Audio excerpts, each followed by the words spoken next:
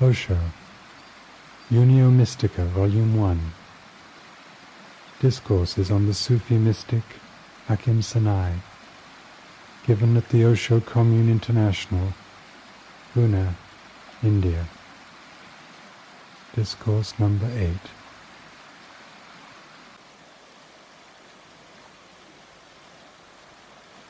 The first question. Can cowardice and hypocrisy also be beautiful? Can I accept even my cowardice, my hypocrisy, my miserliness, and a tendency towards privacy that you yourself have called idiocy? And if I accept such tendencies, all of which tend to bottle me up, how will I get free? Deva Asoka,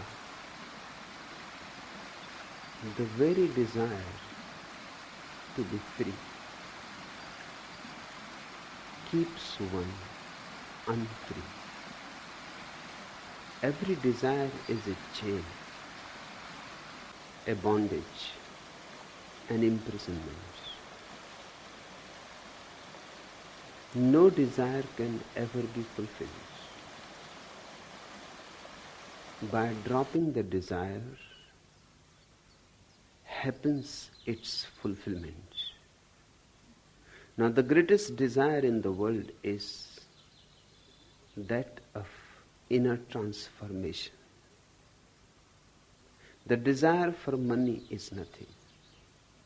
The desire for more power, prestige is nothing. The greatest desire is the so-called spiritual desire. And once you are caught in that desire, you will remain miserable forever. Transformation is possible, but not by desiring it. Transformation is possible only by relaxing into that which is. Whatsoever is, unconditionally accepting yourself brings transformation. We will have to go deeper into this phenomenon because this is not only Asoka's question, it is everybody's.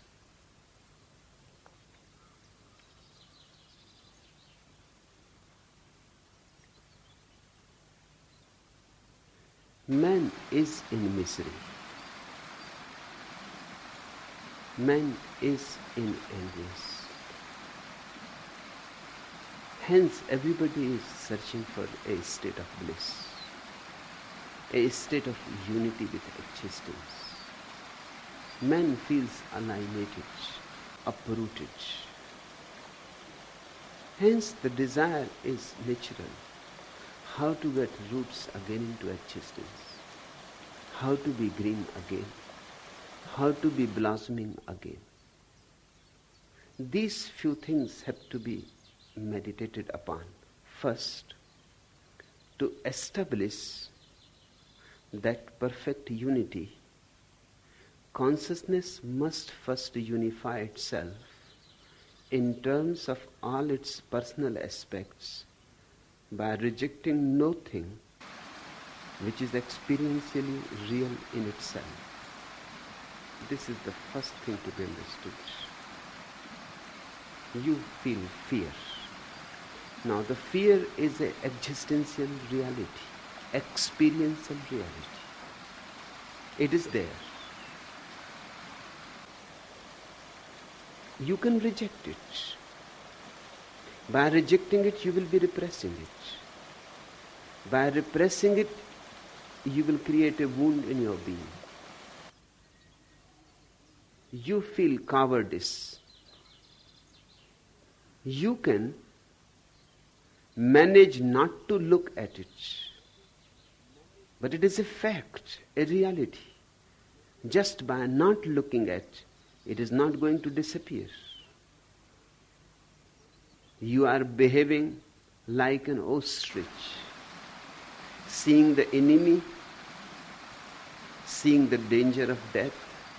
The ostrich hides its head into the sand. But hiding the head into the sand, by closing his eyes, the enemy does not disappear.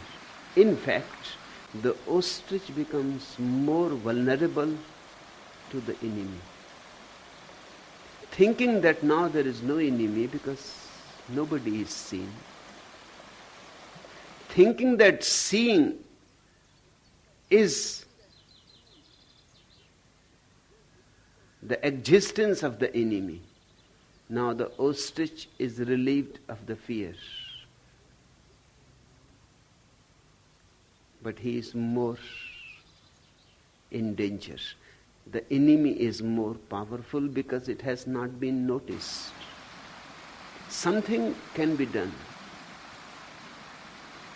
if the ostrich does not hide its head. And that's what people are doing. You see cowardice, you try not to notice it. But it is a fact. By not noticing it, you have created a part of your being which you will not be able to see. You have divided yourself into segments. Now one day there is something else, anger, and you don't want to accept that there is anger in you. You start looking at it. Then some other day there is greed, and so on and so forth. And whatsoever you stop looking remains. But now you go on shrinking. Many more parts of your being become separate from you. You have separated them on your own. And the more fragmentary you are, the more miserable you will be. The first step towards bliss is to be one. That's what Hakim Sanai is insisting again and again. To be one is to be blissful. To be many is to be in hell. So whatsoever is experientially real, accept it. You cannot do anything by denying it. By denying it, you create the problem. The problem becomes more complex. It was simple. You feel a coward, so what? So, I am a coward. Just see the point. If you can accept cowardice, you have already become brave. Only a brave person can accept the fact of being a coward. No coward can do that. You are already on the way of transformation. So the first thing, nothing that is experienced as a fact has to be denied reality. Second, in order to accomplish that, consciousness must first disidentify from all fixed conceptual selves with which it has identified itself. Because if it holds to being some fixed and enduring conceptual self, there will be no tolerance for those experiential realities which are in contradiction with this fixed conceptual official self. If you have a certain idea how you should be, then you cannot accept the experiential truths of your being. If you have the idea that you have to be a brave man, that bravery is a value, then it is difficult to accept your cowardice. If you have the idea that you have to be a Buddha-like person, compassionate, absolutely compassionate, then you cannot accept your anger. It is the ideal that creates the problem. If you don't have any ideals, then there is no problem at all. You are a coward, so you are a coward. And because there is no ideal of being a brave man, you don't condemn the facts. You don't reject it. You don't repress it. You don't throw it into the basement of your being so that there is no need forever you to look at it. But anything that you throw into your unconscious will go on functioning from there. It will go on creating problems for you. It is like a disease that you have pushed inwards.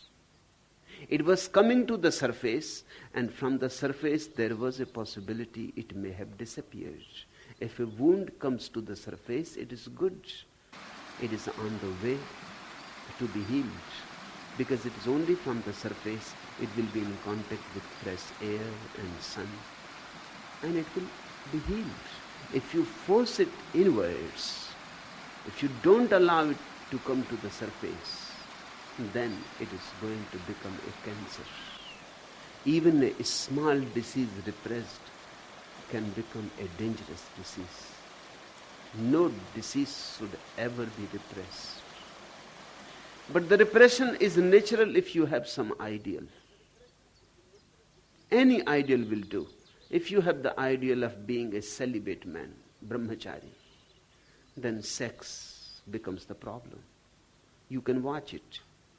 If you don't have the ideal of becoming a brahmachari, a celibate, then sex is not rejected. Then there is no division between you and your sexuality.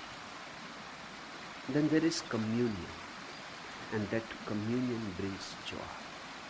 Self-communion is the base of all joy. So the second thing to remember is, don't carry ideals.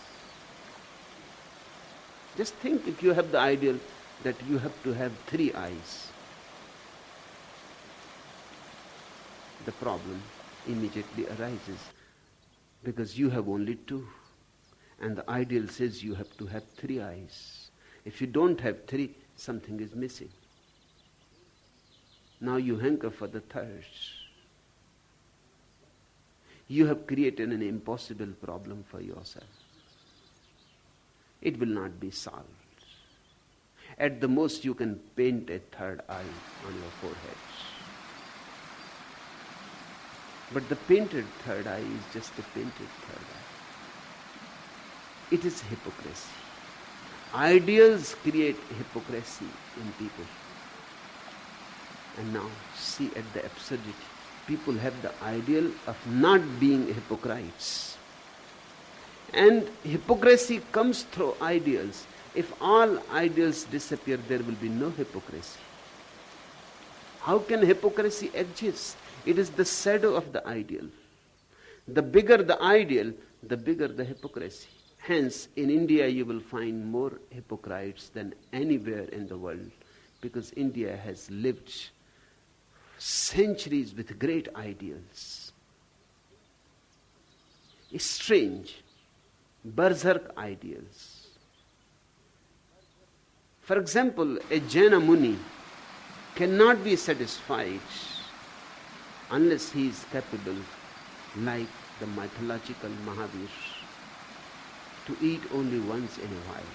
It is said in 12 years' time, Mahavir ate only for 1 year. That means once after 12 days. 1 day eating and 12 day fasting. Now, if this is your ideal, you are going to remain in great misery. If this is not your ideal, then there is no problem. See, the problem arises from the ideal. Now, a Christian monk is not puzzled by this. He has no problem about it. But the Jaina monk is continuously suffering because he cannot attain to the ideal. He falls sour. If you are really pure, that is the Jaina ideal, your body will not perspire. No, you have a stupid idea there. The body will continue to perspire. and you will continue to suffer. The more ideals you have, the more will be your suffering and the more will be your hypocrisy. Because if you cannot fulfill the ideals, then at least you can pretend. That's how hypocrisy comes in. The world will not be hypocrite at all if we accept experiential facts without any judgment. Whatsoever is. If we live with the isness of existence and not with the arts and the shoulds, how hypocrisy can arise? Just the other day somebody has asked, Bhagwan, are you not an hypocrite because you live comfortably, you live in a beautiful house, you move in a beautiful car, you live like a king? Now he does not understand what the word hypocrisy means. This is my whole teaching. To live as beautifully as possible. I am not a hypocrite. In fact, I am living the way I am teaching. If I was teaching to live in poverty, and I was living in a palace, that was hypocrisy. But I am not teaching to live in poverty. Poverty is not my goal.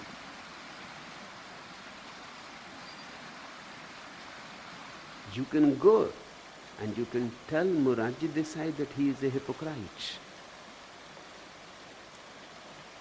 Or Sanjeeva Reddy, the president of this country, that you are a hypocrite. You cannot say that to me.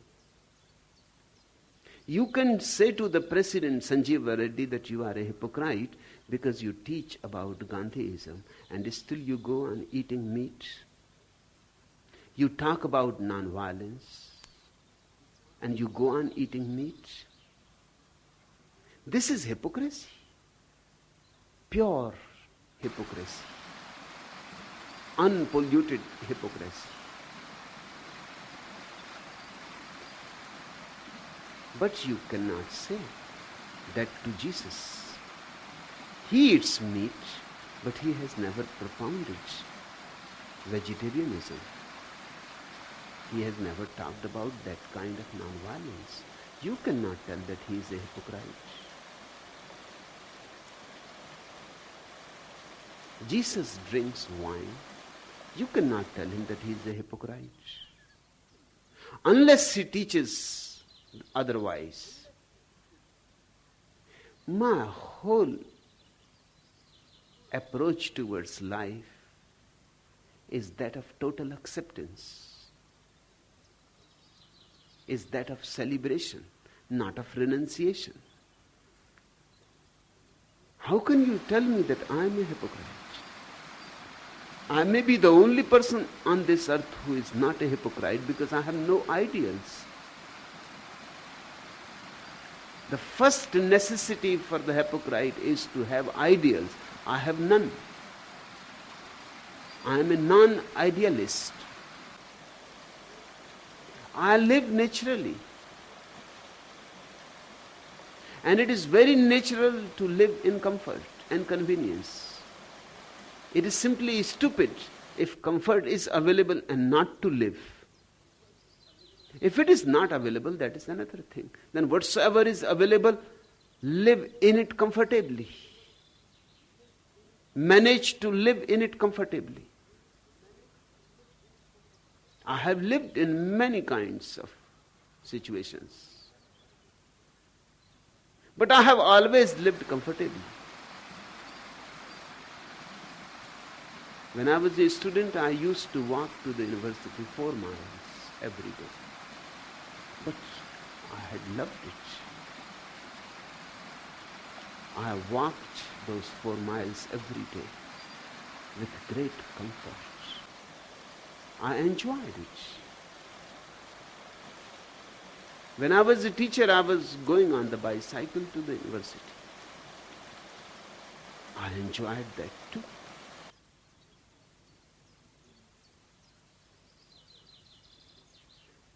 whatsoever has been the situation, whether I had only a bicycle or a Mercedes Benz, it doesn't make any difference. I have lived in comfort. Comfort is an attitude of the mind. It is an approach towards life. I have lived in very, very poor houses. When I became the teacher in university, I started living in one single room with no windows, no ventilation. Just 20 rupees per month was the rent. But I loved it. I enjoyed it. It was not a problem at all. Whatsoever the moment allows, I have excused the moment to its totality.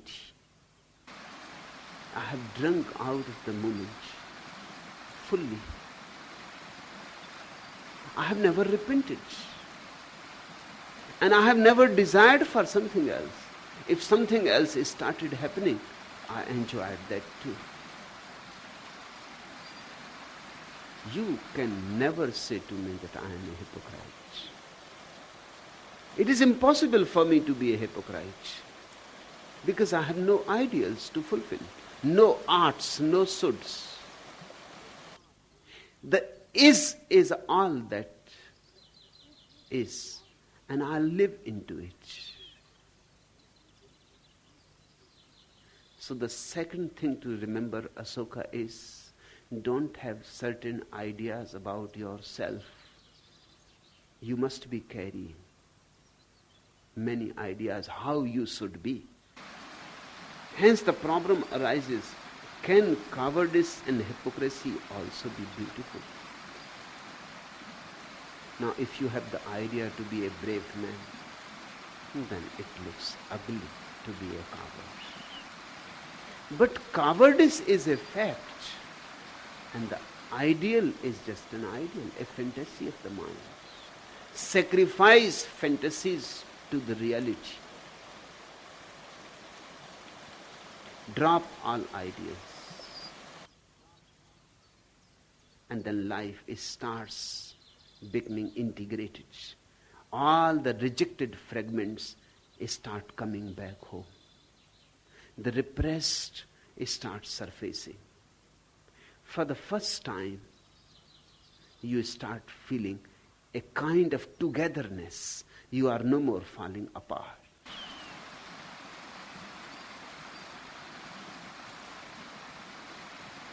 For example, if I hold myself to be a kind person, I will not be able to permit myself to recognize and accept angry feelings when they arise in consciousness, because kind people just don't get angry.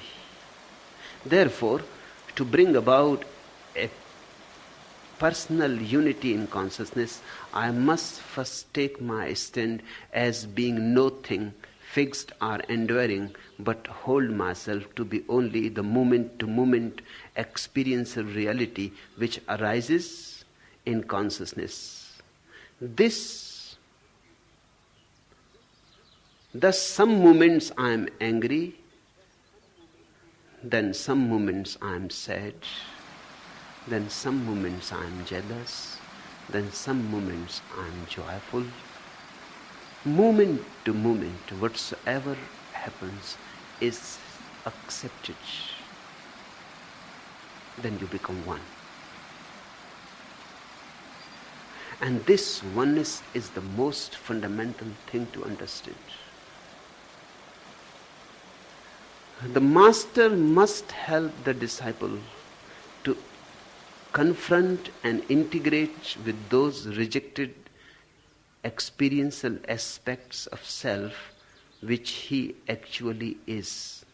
At any given moment, instead of trying to help him actualize its compensatory opposite, or what the disciple feels that he ought to be, or that which he is trying to protect, enhance, or affirm about himself. My purpose here, my function here is to take all the ideals away from you. Although you have come here with ideals, you would like me to enhance your ideals.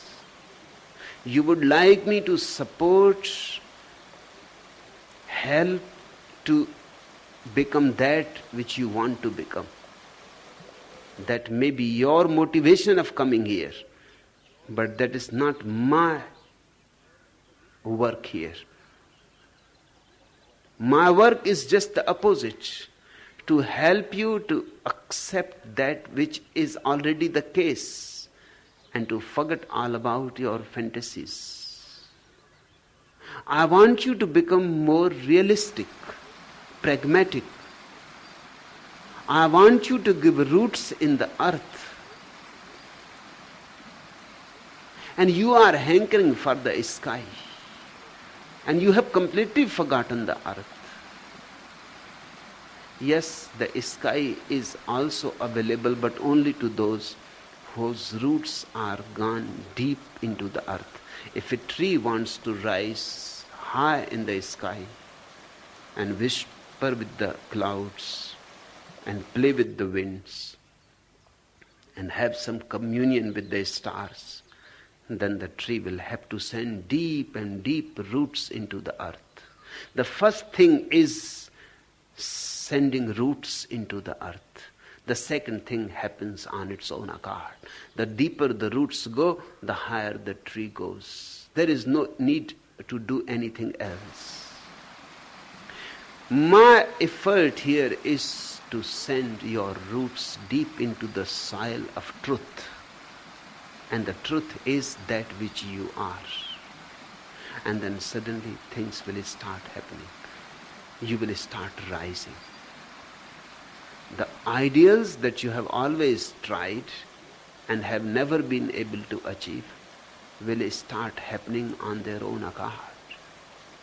If a person can accept his reality as it is, in that very acceptance, all tension disappears, anguish, anxiety, despair. They all simply evaporate.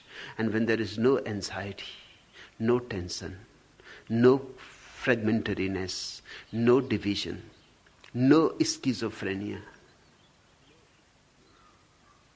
then suddenly there is joy. Then suddenly there is love. Then suddenly there is compassion. These are not ideals. These are very natural phenomena. All that is needed is to remove the ideals, because those ideals are functioning as blocks. The more idealist a person is, the more blocked he is.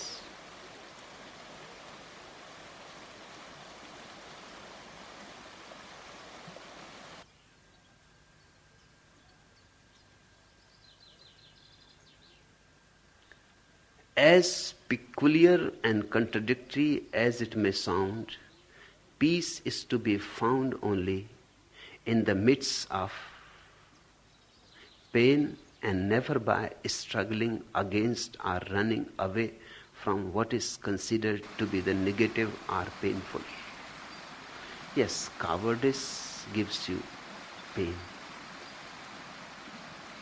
Fear gives you pain. Anger gives you pain. These are negative emotions.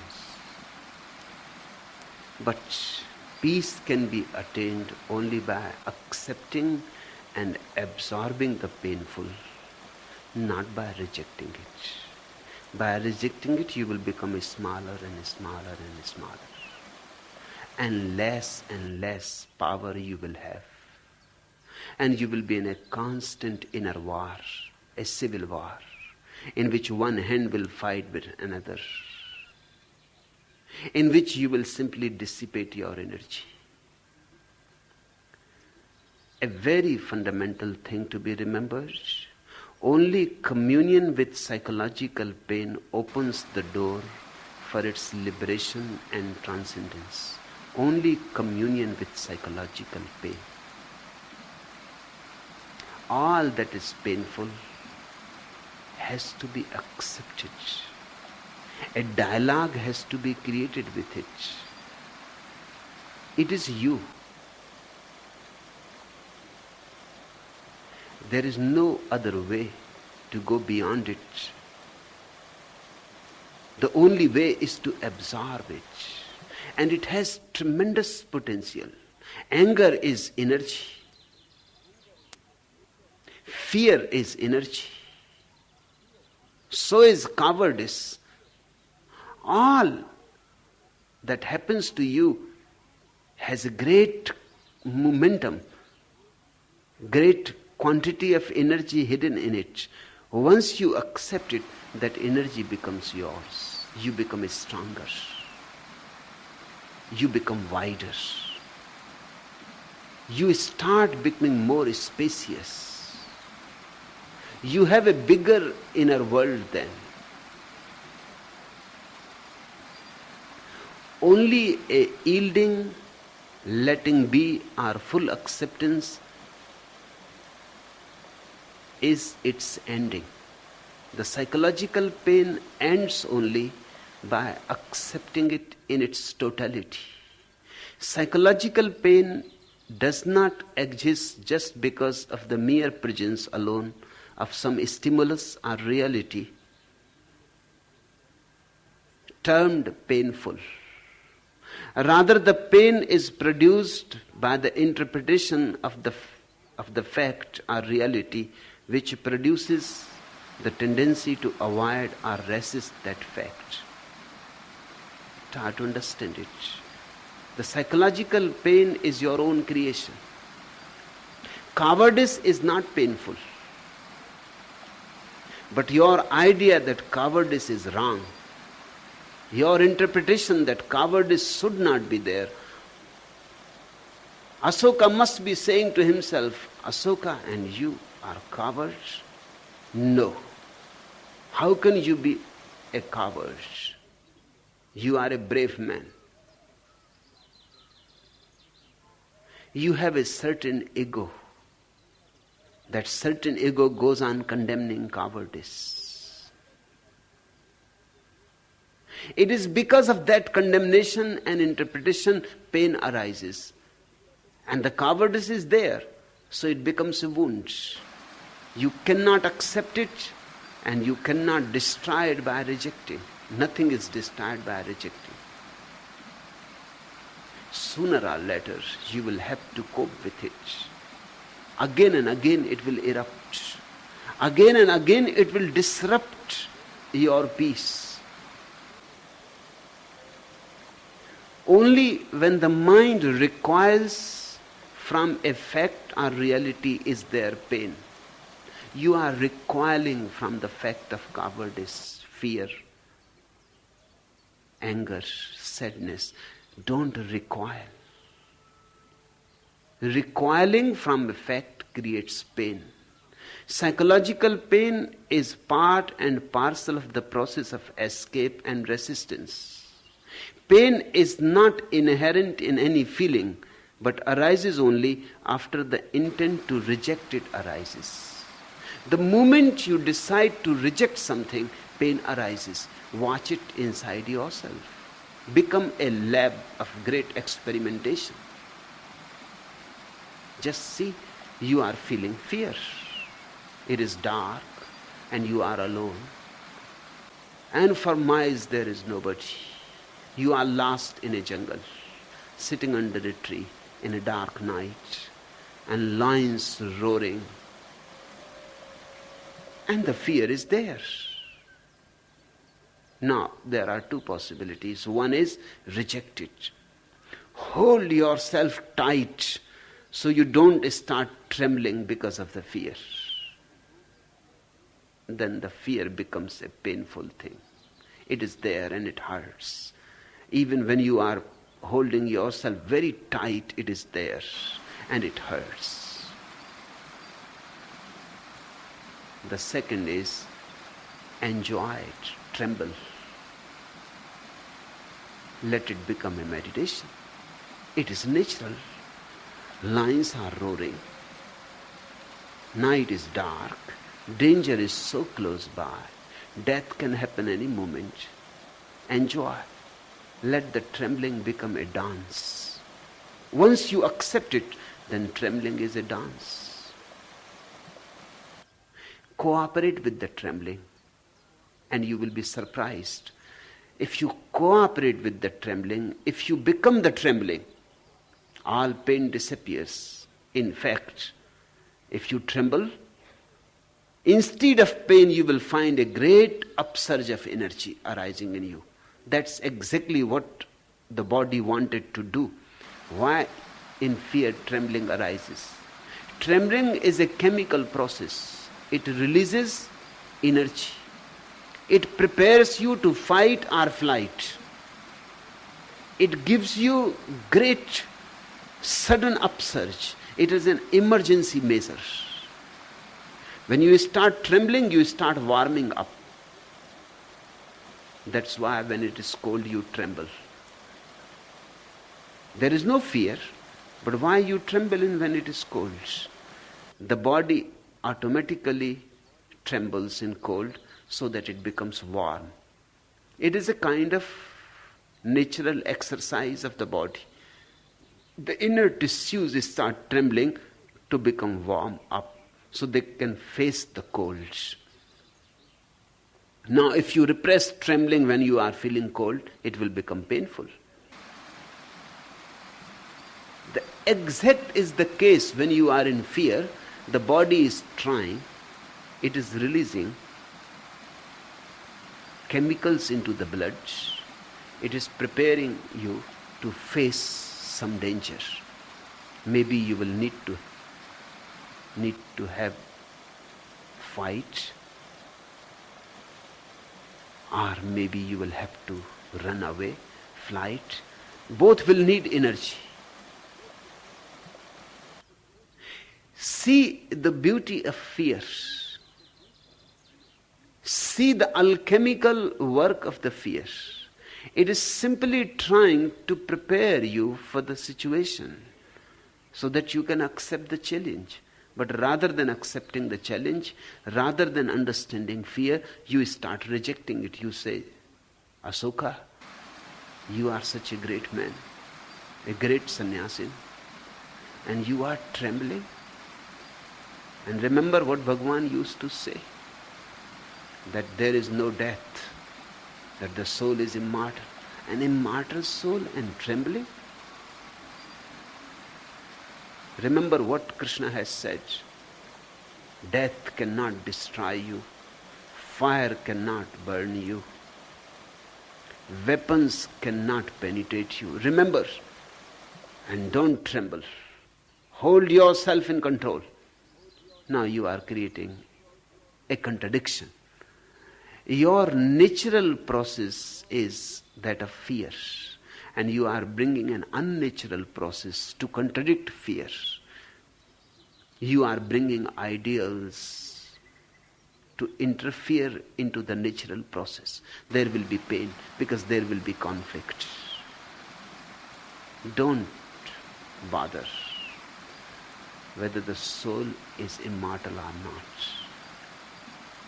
Right now, the truth is that fear is.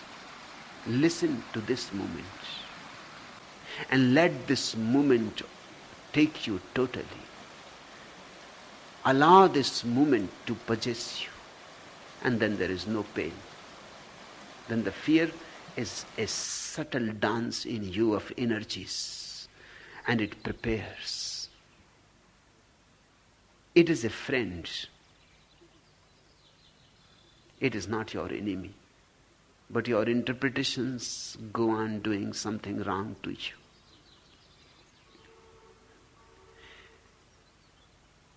Essentially, the feeling of psychological pain is created by the attempt to separate consciousness from itself. The splitting of the unity of consciousness into the duality of a conceptual observing entity which tries to run away from, distort, or overpower the rejected feeling. And the absurd feeling and the observed feeling itself. If consciousness in duality is the cause of the pain, then only consciousness in unity can be the elimination of the pain. In unity is the ending of pain. This split that you create between the feeling, the fear, the anger, and yourself, you become two. You become the observer and the observed. You say, I am here, the observer, and there is pain, the observed, and I am not the pain. Now this duality creates pain. You are not the observed. You are not the observer.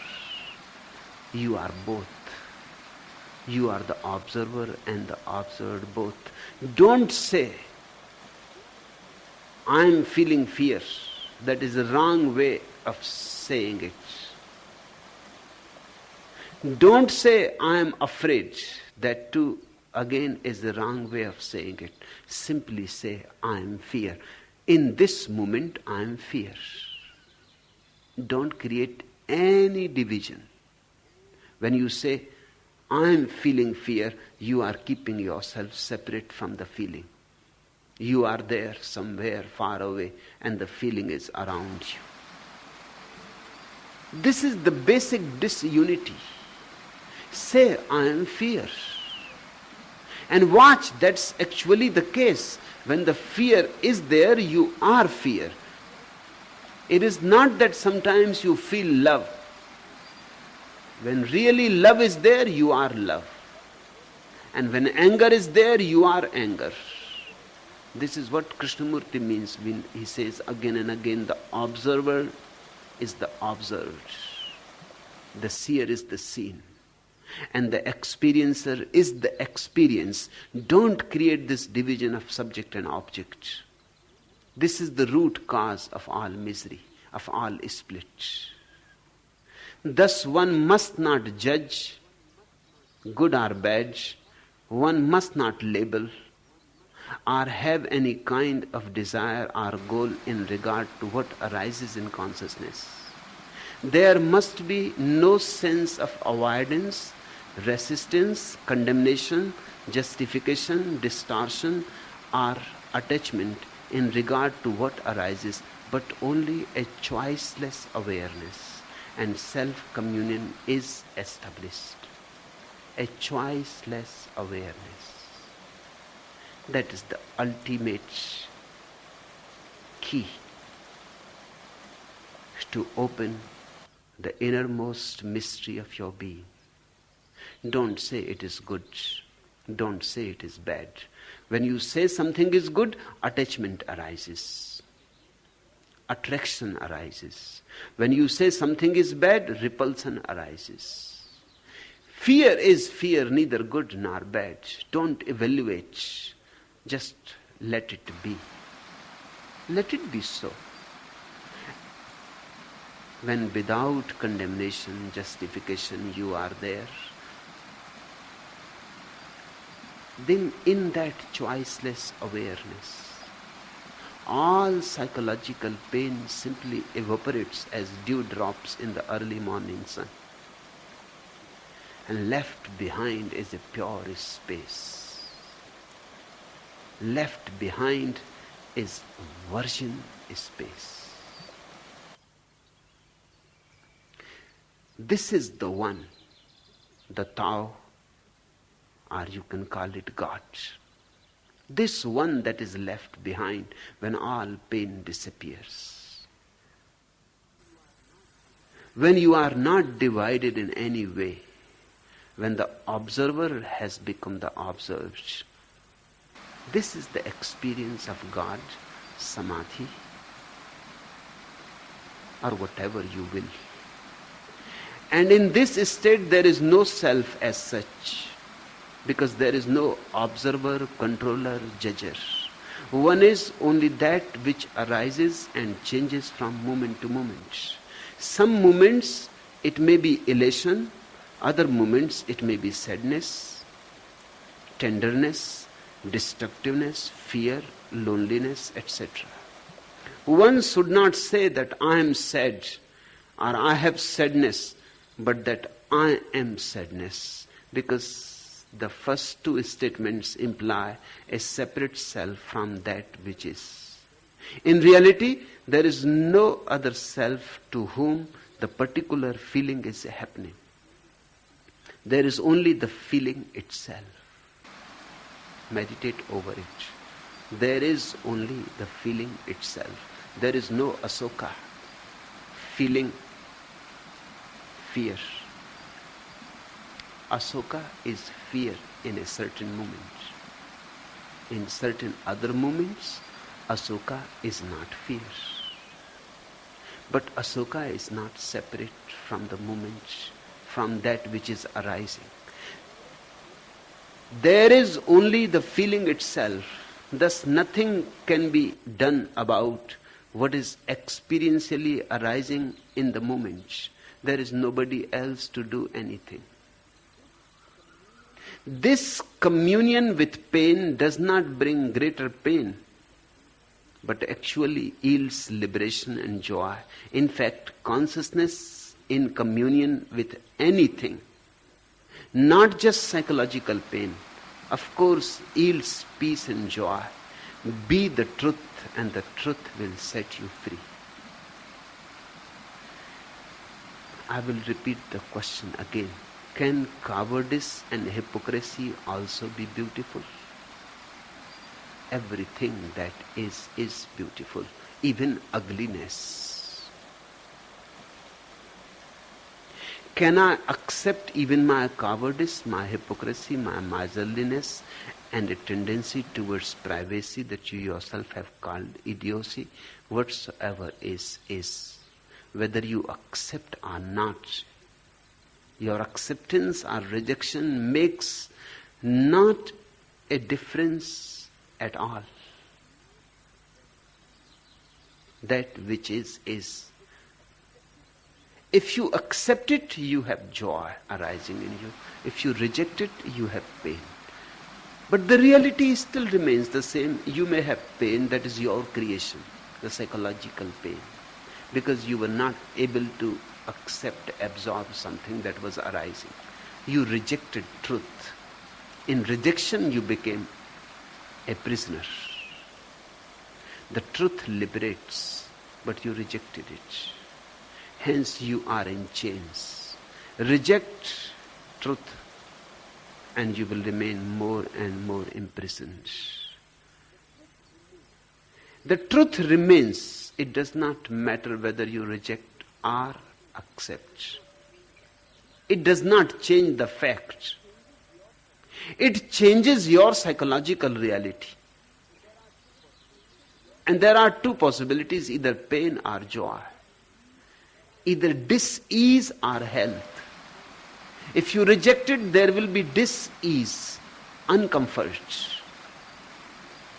Because you are cutting a chunk of your being away from you. It will leave wounds and scars on you. If you accept, there will be celebration and health and wholeness. And if I accept such tendencies, all of which tend to bottle me up, how will I get free? They are not bottling you up. It is your interpretation, Asoka. No truth ever binds anybody. That is not the quality of truth. But when you reject it, in your rejection, you become closed. You are bottled up. In that rejection, you become a cripple. You become paralyzed. And if I accept such tendencies, you say, all of which tend to bottle me up, how will I get free? That very idea of getting free is again an ideal. Freedom is not an ideal. It is a byproduct of accepting whosoever you are. Freedom is a byproduct. It is not a goal of your endeavor and efforts. It is not arrived at by great efforts. It happens when you are relaxed. And how can you be relaxed if you cannot accept your cowardice? If you cannot accept your fear? If you cannot accept your love? If you cannot accept your sadness? How you can be relaxed? Why people cannot relax? What is the basic cause of their constant chronic tension? This is the basic cause. Down the centuries, your so-called religions have been teaching you to reject and reject. They have been teaching you to renounce. They have been teaching you all is wrong. You have to change this, you have to change that. Only then you will be acceptable to God. They have created so much rejection that what to say about God? You are not even acceptable to yourself. You are not acceptable to people you live with. How you can be accepted by the gods? God already accepts you. That's why you are in existence. Otherwise you would not have been here. This is my basic teaching to you. God already accepts you. You have not to earn it. You are already worthy. Relax. Enjoy the way God has made you. If He has put cowardice in you, Asoka, then there must be something in it. Trust and accept it. And what is wrong in being a coward? And what is wrong in being afraid? Only idiots don't feel fear. Imbeciles are not afraid. If a snake comes on the path, you will jump immediately. Only the imbecile, the stupid, the idiot will not be afraid of the snake. But the intelligent, the more intelligent you are, the faster you will jump. This is part of intelligence. This is perfectly good. This helps your life. It protects you. But stupid ideologies have been given to man. And even you are here,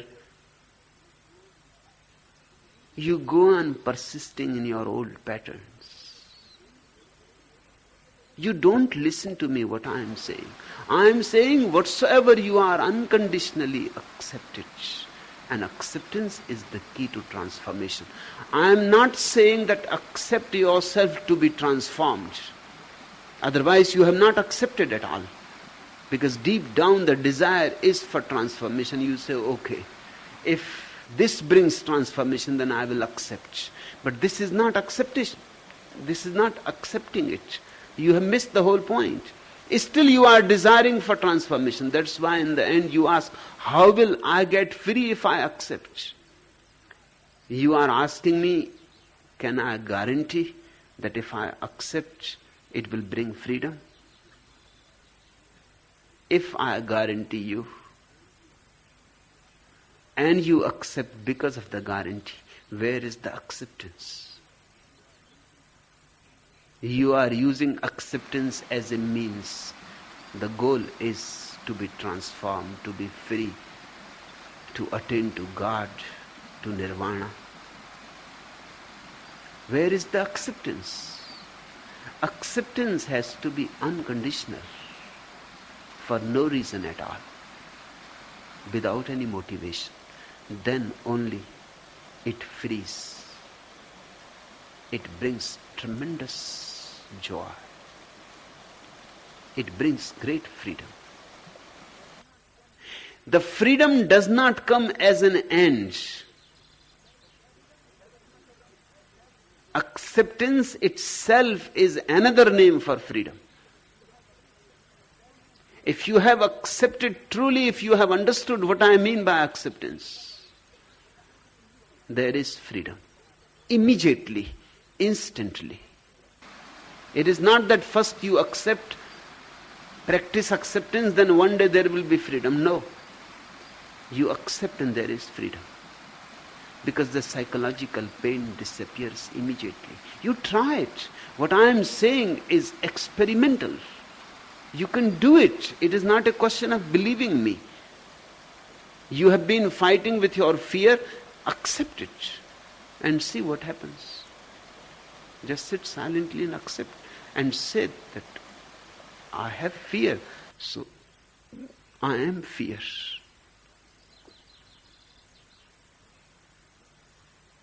In that very meditative state, I am fear, freedom starts descending.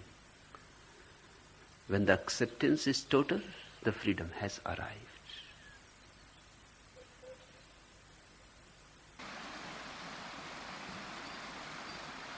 The second question, I am very suspicious of my wife. Although I know that she is innocent, what can I do to drop my suspicions?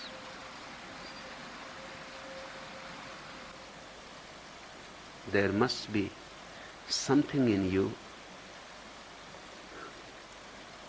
that you are really suspicious of.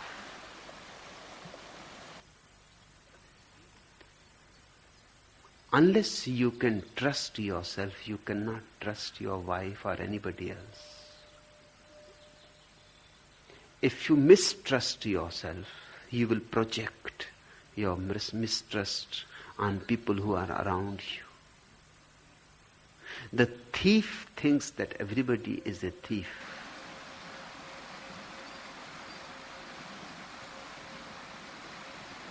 It is natural. Because he knows himself. And that is the only way of his knowing others. What you think about others is basically a declaration of what you think about yourself. You know that if your wife is not constantly watching you, you will do something. You will start flirting with some women. You know it. Hence the fear that if I am in the office, who knows? The wife is flirting with the neighbors. You know perfectly well what you are doing with the secretary. That is creating the problem. That's why you say, though I know my wife is innocent, still I am suspicious. You will remain suspicious till something in you drops. It is not a question about the wife. All questions when they arise are really about you. A traveling man went on the road for a short trip but kept staying away. Every few weeks he would send his wife a wire saying, "Can't come home, still buying." Every wire was the same, "Can't come home, still buying." This went on for 3 or 4 months, when his wife finally sent him a wire that said, "Better come home, I am selling what you are buying."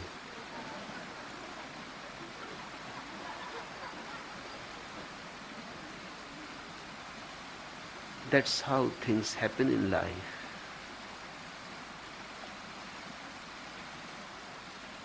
The hungover couple talked about the wild party they held the night before.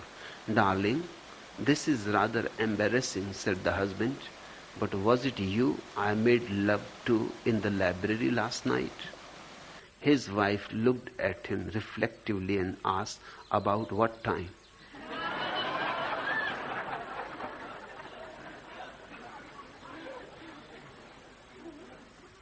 The basic mistrust must be about yourself. You are suspicious of yourself. Maybe you are repressing too much. And whenever somebody represses something in him, he starts projecting it on others. It almost always happens that the man who has a murderous instinct in him is always afraid that others are thinking to murder him. He becomes paranoid. The person who is very violent is always afraid that other people are very violent, and I have to be constantly on guard.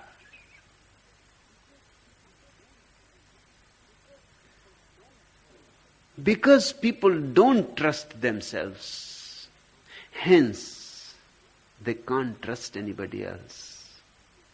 Wife, friend, father, mother, son, daughter. People are living in a chronic suspicion.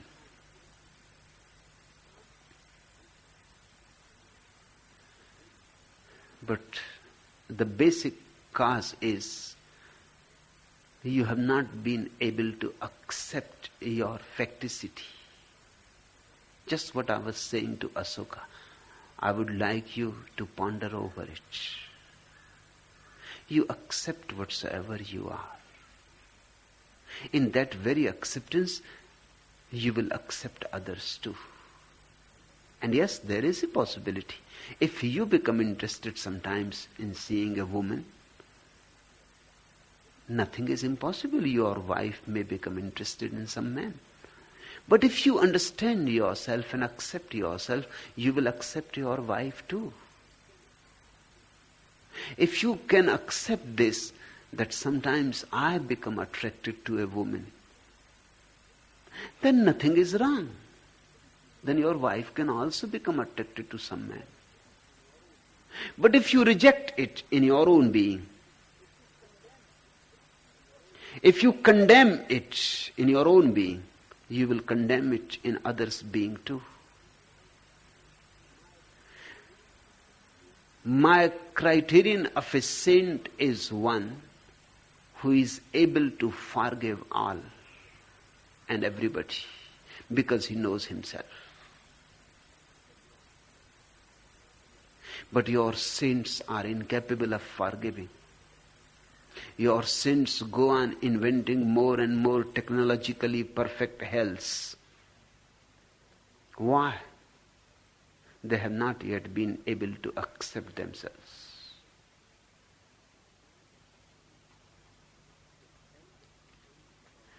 They tell the story about the young, good-looking attorney who claimed there never was a woman with whom he could not make it. One day, the office hired a very good-looking secretary that for weeks every male tried to make and failed in the attempt. The young attorney boasted that if enough money was bet, he would succeed with her. When they questioned how he would prove it, he said he would record the entire action on his tape recorder, which he would hide under the bed. When all the betting was made, he proceeded to make a date with her, and by the end of the evening, not only was she in his apartment, but eventually in his bed, whereupon he reached under and turned on the tape.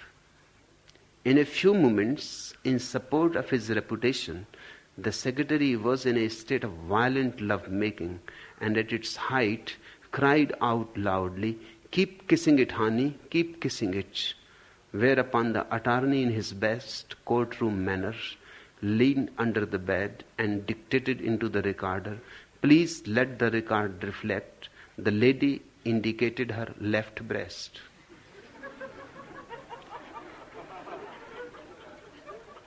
The mind of an attorney constantly suspicious. Now he must have become afraid. Keep kissing it, honey. Keep kissing it. What? The record will not say anything. And there may be suspicions. But this is the mind of everybody. Mind is cunning, calculating, suspicious. Mind lives constantly in a kind of distrust, in doubt. Mind's whole climate is that of doubt. So it is not a question how to trust your wife. It is a question how to trust. Mind lives in the climate of doubt. It feeds on doubt. And unless you know how to put the mind off when it is not needed and descend into the heart, you will not know how to trust. The climate of the heart is trust. Mind cannot trust. Mind is incapable of trusting. And we have all become hung up in the head. Hence, even though we say that we trust, we don't trust. We insist that we trust, but our very insistence shows that we don't trust. We want to trust. We pretend to trust. We want the other to believe that we trust, but we don't trust. The head is impotent as far as trust is concerned. The head is the mechanism to doubt. The head is constantly a question mark. You will have to know how to come down to the heart, which has been bypassed by the society. The society does not teach you the ways of the heart. It only teaches you the ways of the mind. It teaches you mathematics and logic, and it teaches you science, etc., etc. But they are all cultivation of doubt. Science has grown through doubt. Doubt has been a blessing as far as science is concerned. But as science has grown more and more, man has shrunk. Humanity has disappeared. Love has almost become a myth. Love is no more a reality on the earth. How it can be a reality? Heart itself has stopped beating. Even when you love, you only think that you love. It comes through the head. And the head is not the faculty to love.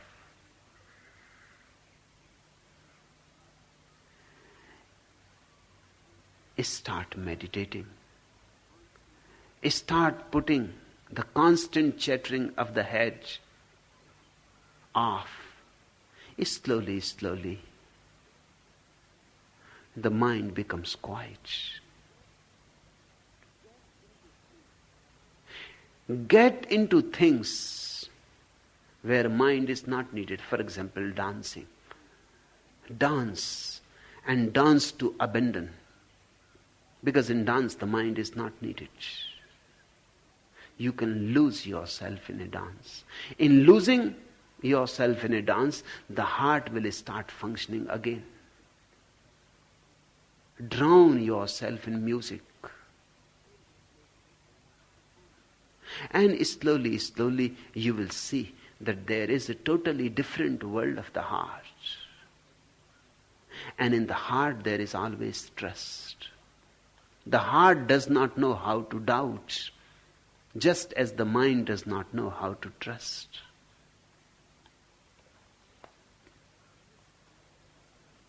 The third question: what is sexual perversion? Why do strange sexual habits evolve, and from where? For example, Sado Masochism.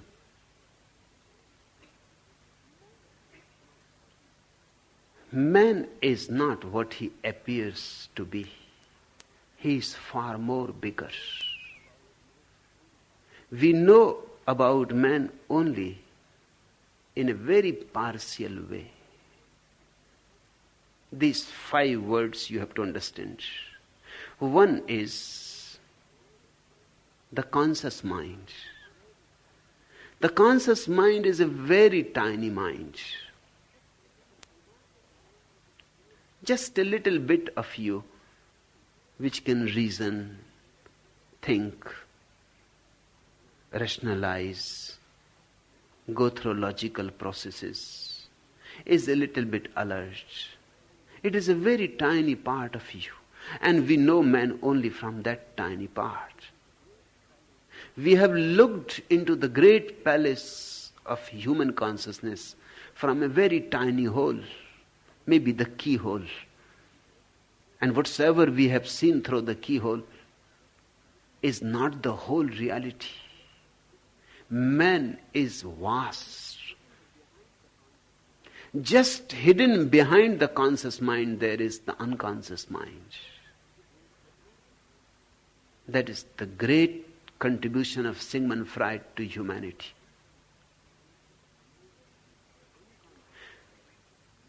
The unconscious mind is 9 times bigger than the conscious mind. It contains all your instincts. It contains all your inner functionings, body mechanisms, emotions, feelings. Except logic, it contains all of you. But that is deep in darkness. Freud has defined psychoanalysis as an effort to make the unconscious conscious, so that your consciousness becomes a little bigger. More light has to penetrate into the darkness of the unconscious, because it is the unconscious that is 9 times more powerful. Whatsoever you decide by the conscious will not be possible to materialize unless it reaches to the unconscious. That's why hypnosis goes far deeper than any other methodology. Hypnosis works directly on the unconscious. You may try for years to drop a certain habit and you will not be able, because you will try only from the conscious mind. And the conscious is very small. It has no power before the unconscious. And the unconscious has no way to know what the conscious is thinking. But the hypnotist can help you to drop the habit within seconds, or at the most few sessions. Because he will put the conscious to sleep and will start directly communicating with the unconscious. And if the unconscious agrees to drop the habit, then the habit is dropped. Then there is no way for the conscious to carry it any longer. All realities change from the unconscious, but the unconscious itself is only a part. There is still hidden behind a collective unconscious, which contains the whole past of you. And that is not a small thing. Because once you have been a lion, and once you have been a snake, and once you have been a tree, the Eastern idea of passing through 84 million births is significant. It may not be exactly accurate, but it is significant. It is meaningful. 84 million births before you became a man. And all those births and their experiences are contained into the collective unconscious. It is almost the whole history. From the very beginning, if there had ever been a beginning. It is Carl Gustav Jung's credit. It goes to his credit that he brought the idea of the collective unconscious introduced it into the world of psychology. But these are only parts. Even the collective unconscious is only a part. And the Western psychology has not still started moving upwards. This is going downwards. Conscious, below it unconscious, below that collective unconscious. Above the conscious there is superconscious, 9 times more than the conscious. Parallel to the unconscious there is superconscious, above the conscious. And still above the superconscious there is the cosmic mind. You can call it divine mind, or God mind, Tao. That means the ultimate in consciousness. All has become conscious, and you are as big as the cosmos. If you go deeper than the conscious, you will be entering into darkness. If you go above the conscious, you will be entering into light. So there are 5 minds in you, and you are aware only of the small, tiny part, the conscious mind. Now, from the unconscious and from the collective unconscious, many things go on arising. Many things happen in your dreams. And sometimes you feel very puzzled what kind of dream it was. You cannot make any end or tail of it. You cannot figure it out what it was. The whole thing seems to be so absurd. It was collective unconscious, from where something arose and surfaced into the unconscious, and you had the dream. But sometimes things start filtering into the conscious too, from the collective unconscious. Then they are very bizarre. They are perversions. They only look like perversions. They are not really perversions. They are as natural as anything else, but they are very abnormal. For example, you ask Sado Masochism. There are people who enjoy torturing others, and there are people who enjoy torturing themselves. And particularly in relationship to love making, there are people who would like to torture the beloved person, or people who would like to be tortured by the beloved.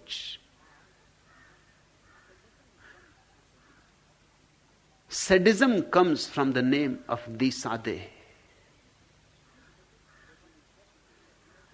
He was incapable of getting into sexual arousal unless he bet the woman.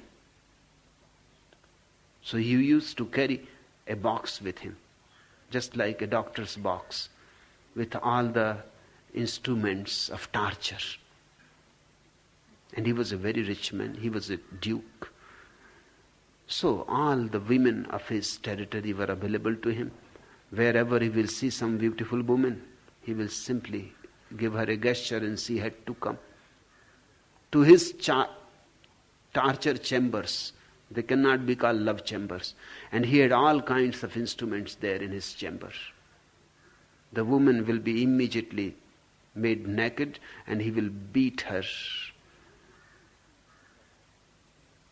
and do things to her which are very perverse. Unless blood starts flowing by her body, he will not get sexually aroused. Now this is perversion. From where it is coming? It is coming from deep, deep collective unconscious. From those 84 million lives. Because there are animals. For example, there is a certain African spider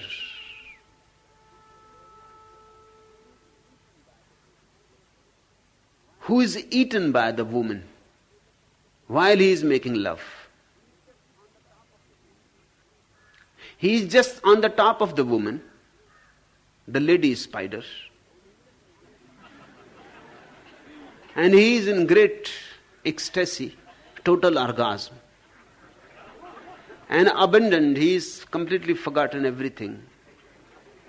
And the lady starts eating him. And he has not even yet finished his.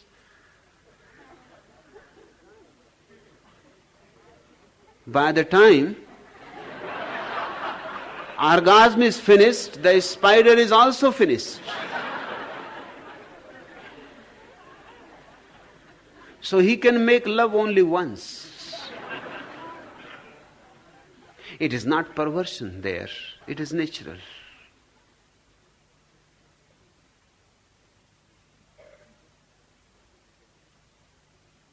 Just like Disade, there was Masoch, on whose name Masochism has been made, the word Masochism.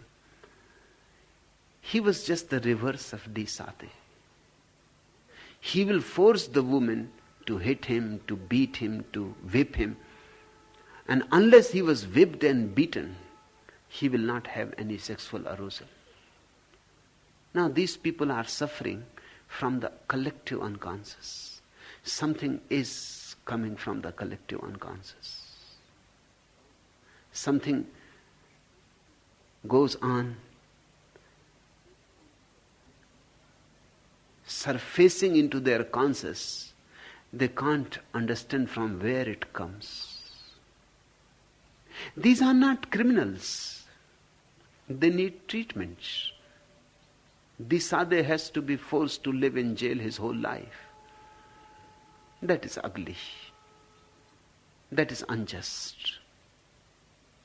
He needed some deep hypnotic treatment. We should start feeling compassion for these people.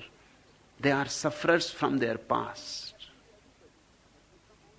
These things happen to everybody, but they come only to the unconscious in dreams. These people are freaks. There is some passage between their unconscious and conscious, so easily open that things start filtering in their conscious. And then they are possessed by them. They cannot avoid it. And if you look into the habits of millions of animals, you will be surprised. Do you know elephants make love in a certain way? The courtship continues for years. Now, if somebody has been an elephant in the past life, somewhere in the unconscious, collective unconscious, then the courtship can continue for years. On and on. The woman elephant makes love only twice in a decade. Now, you will find many women who have that idea. Twice in a decade. But it is natural as far as elephants are concerned. Because the woman elephant will have to carry the pregnancy for 22 months. And it is some pregnancy.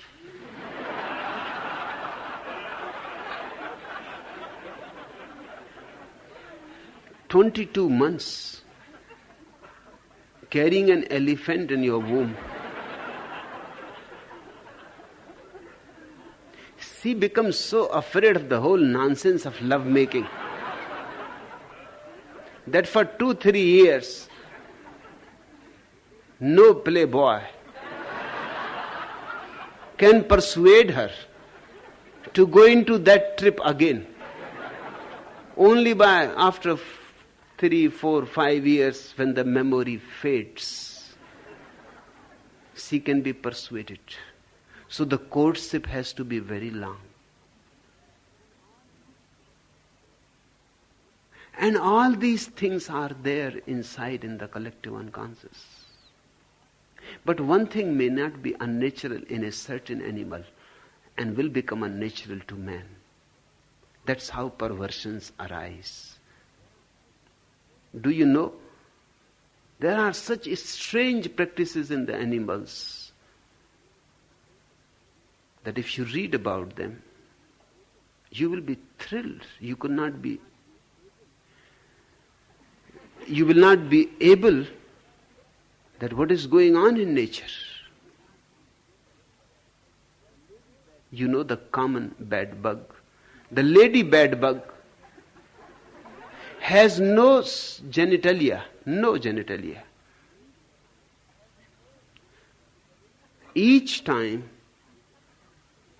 the male bed bug has to make love to the woman, he has to drill a hole. She has no entry.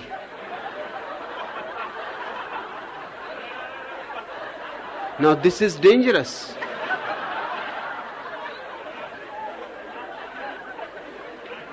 But the nature has given indications. There is a line on the belly of the lady bedbug. Because if you drill anywhere else, you will kill her.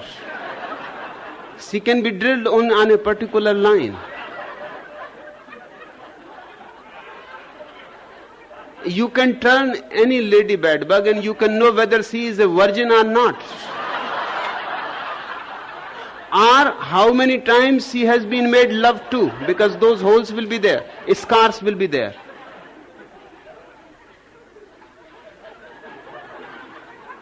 But if in somebody's mind this type of thing surfaces, it will be a perversion. If he starts drilling a hole into a woman. But this is how it is. A great collective unconscious is there of millions and millions of lives. And all kinds of experiences are stored there. Buddhists call it Alay Vigyan, the storehouse of consciousness. It is infinite.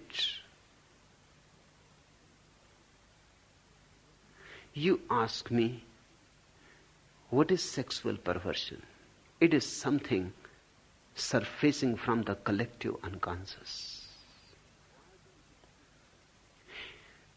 And why do strange sexual habits evolve, and from where? They evolve from the collective unconscious. And few people have openings. Those openings are freak openings. It is like a child is born with 6 fingers. Or a child is born blind. These are exceptions. So are the perverted people.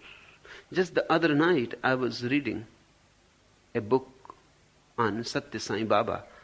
The name of the book is Lord of the Air.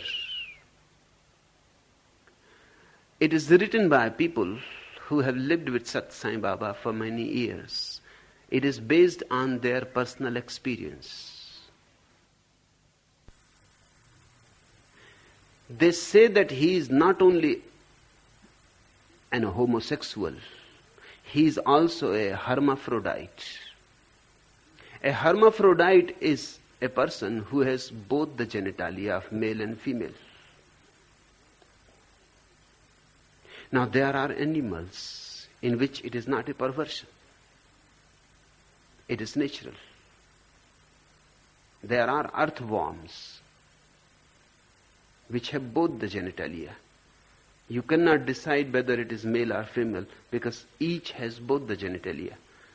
So when earthworms make love, it is a double-way affair.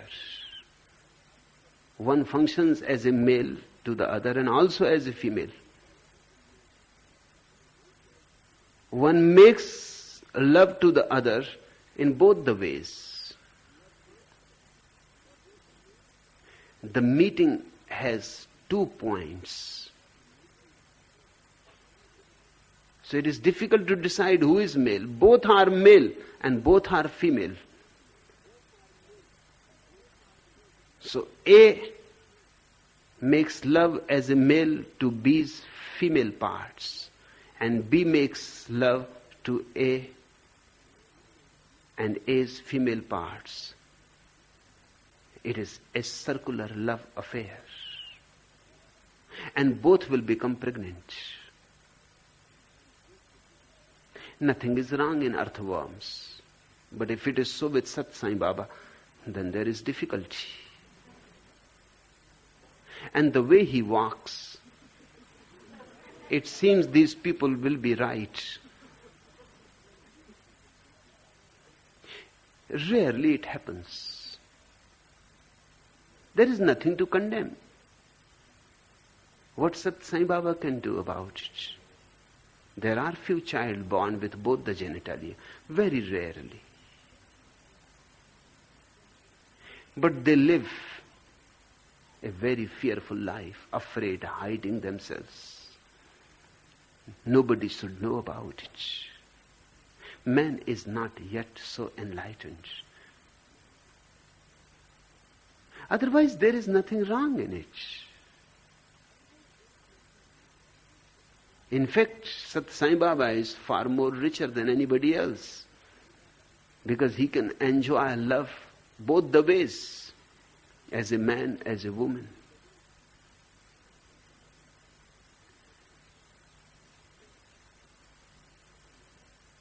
Perversions can be in the body, perversions can be in the mind, but they both arise from the deep collective unconscious, and they both can be settled. But for that, a tremendously deep hypnosis will be needed. No ordinary hypnosis will do. The ordinary hypnosis can lead you only to the unconscious. To go to the collective unconscious, a very deep hypnosis will be needed.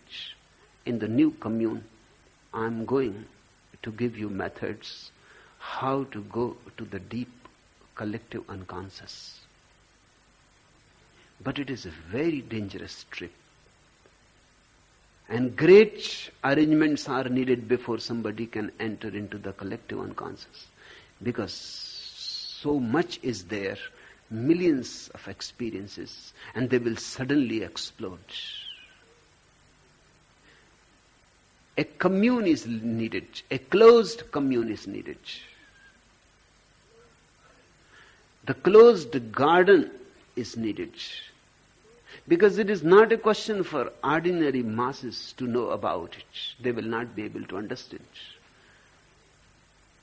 And that's why if something reaches to the masses, some naked photographs reach to the masses, and they are immediately against me. They cannot understand what is happening here. We are trying to penetrate into the deepest layers of consciousness. But this is an alchemical lab. The ordinary masses will not be able to understand it. And if they understand, they will understand it according to themselves. I am waiting for the new commune. Much more has to be done. But then things will become much more bizarre. And you will need a field, an energy field that surrounds you like a soothing energy that keeps you anchored with me, and you are not lost into the collective unconscious. Only then collective unconscious doors can be opened. They can be opened. And it is tremendously helpful if they can be opened. If you can know your whole past, you will be freed from it. Knowing something is to be free from it. Knowing the truth liberates. If you can be allowed to go into your past to the very end, you will be finished with everything. Because millions of times you have accumulated wealth, and each time you have failed. If you can remember your past lives, and you can see that millions of times you have been playing the same stupid game to no point at all, how can you go on playing in this life again then? It will be impossible. If you can see all your sexual experiences,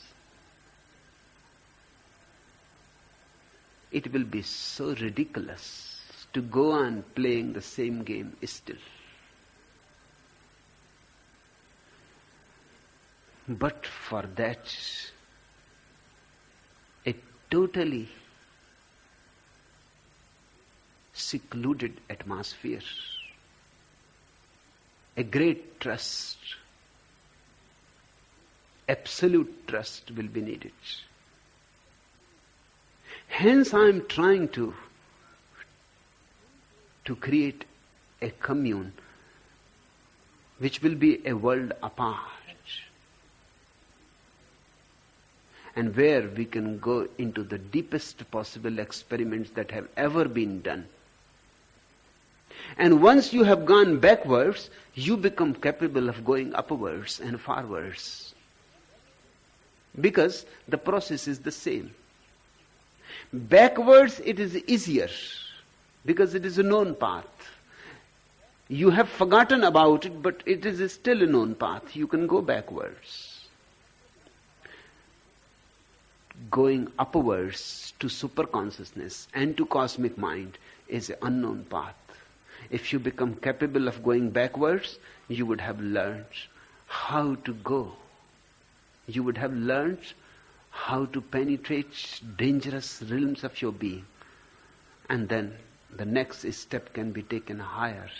You can move from conscious to superconscious.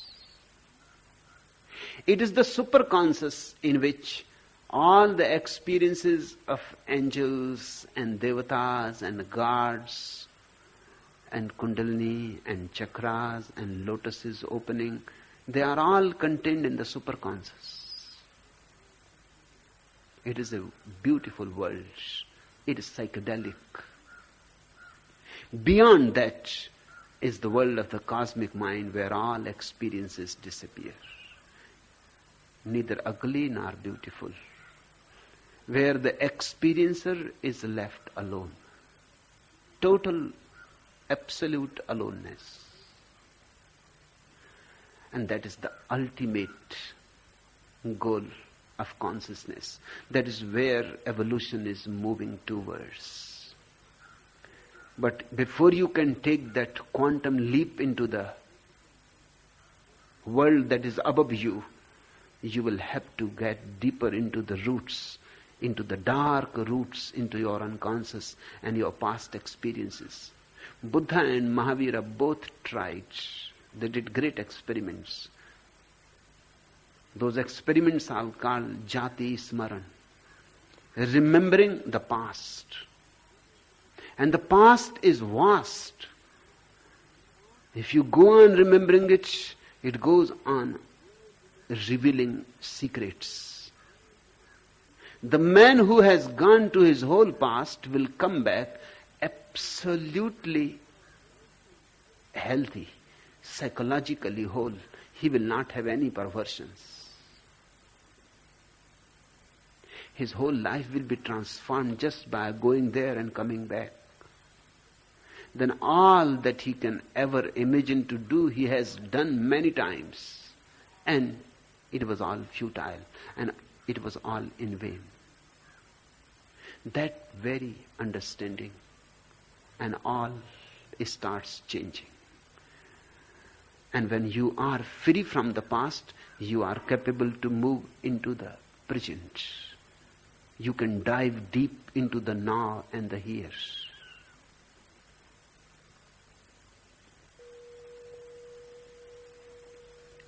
After some months of marriage, a girl wrote the following letter to her doctor. Dear doctor, since I got married, my husband seems to have gone mad. He is after me at breakfast, coffee break, lunch time, even tea time, and then all night every few hours. Is there anything I can do or give to help him? I await your kind reply. P.S. Please excuse my shaky handwriting. So the husband is still after her. There are many animals who make love that way.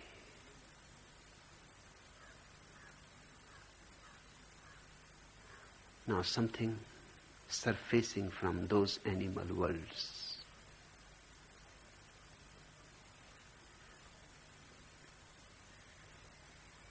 A woman went to her doctor to complain that her husband's sexual feelings for her seemed to have declined.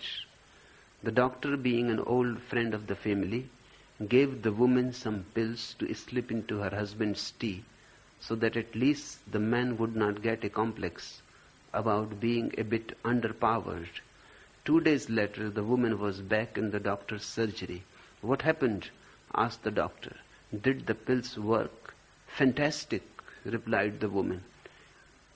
"I was so eager to see their effects on my husband that I tipped 3 of them into a cup of coffee. And within seconds of drinking it, he got up, kicked the table, and pulled me down on the floor and ravished me."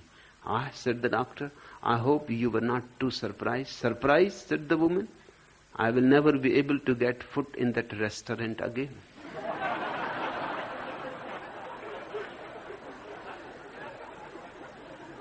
That's how animals make love. You can lose your consciousness and you can behave like an animal. Perversion means you are losing your consciousness.